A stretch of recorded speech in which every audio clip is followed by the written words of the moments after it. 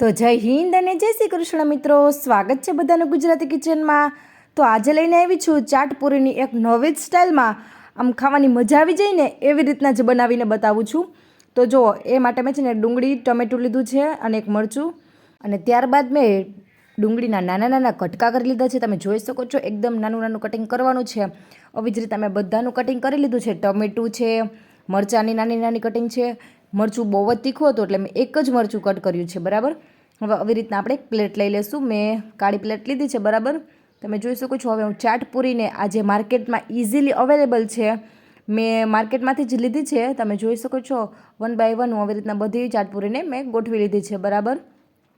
અને હવે આપણે જે કટિંગ કરેલી ડુંગળી હતી ને એને ઉપરથી આપણે ગોઠવી દઈએ। તમે જોઈ શકો છો એકદમ સરસ। જો આમનામ પણ ચાટપુરી સરસ લાગે છે, પણ તમે આવી રીતના ચાટપુરીને થોડીક ખાશો ને તો બહુ મજા આવશે। ઉપરથી ડુંગળી ટમેટાનો સ્વાદ એકદમ સરસ અને ખૂબ મજા આવે એવો છે, તો તમે પણ જરૂર ટ્રાય કરજો। જો મેં ડુંગળી ગોઠવી લીધી છે બધી જ ચાટપુરીમાં, બરાબર। અને હવે આપણે ઉપરથી ટમેટું ગોઠવી લઈશું। તમે જોઈ શકો છો ખાવામાં ખૂબ જ ટેસ્ટી બનશે। તો જો મિત્રો, તમે મારો વિડીયો અહીંયા સુધી પહોંચી ગયા હોય ને તો મારા આ વિડીયોને લાઇક શેર જરૂર કરજો અને મારી ગુજરાતી કિચન નામની ચેનલને સબસ્ક્રાઈબ જરૂર કરજો। જો મરચું છે બહુ તીખું, એટલે એક એક મરચાંની કટકી મૂકશું ને તો એ બસ થઈ પડશે, બરાબર, વધારે તીખું લાગી જશે।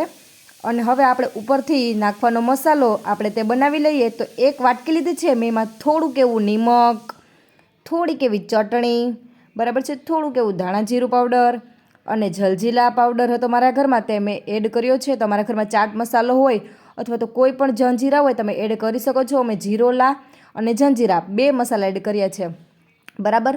હવે આંગળીની મદદથી એકદમ સરસ હલાવી લેશું। તમે જોઈ શકો છો આવી રીતના હલાવી અને ઉપરથી ચપટી ચપટી એમ કરી અને વેરી લેવાનો છે મસાલો। આનો સ્વાદ ખૂબ જ સરસ અને ટેસ્ટી આવે છે। તમે જોઈ શકો છો મસાલો એડ કરી દીધો છે મેં, બરાબર। તમે કયા ગામથી મારો વિડીયો જોવો છો અને કયા શહેરમાંથી જોવો છો એ પણ મને કમેન્ટ જરૂર કરજો। હમણાં થોડાક ટાઈમથી મારો વિડીયો નહોતો આવ્યો એ માટે સોરી મિત્રો। તમે હવે તમને રેગ્યુલર વિડીયો મળતા રહેશે। તમે જુઓ, અને ઉપરથી મેં લીંબુ પણ એડ કર્યું છે, કેમ કે ખટુમરો સ્વાદ હોય ને તો વધારે મજા આવે, એટલે ઉપરથી લીંબુનો રસ પણ એડ કરી દીધો છે। અને ગાર્નિશિંગ માટે સેવ એડ કરી છે અને ઉપરથી ધાણા ભાજી પણ એડ કરી દીધી છે।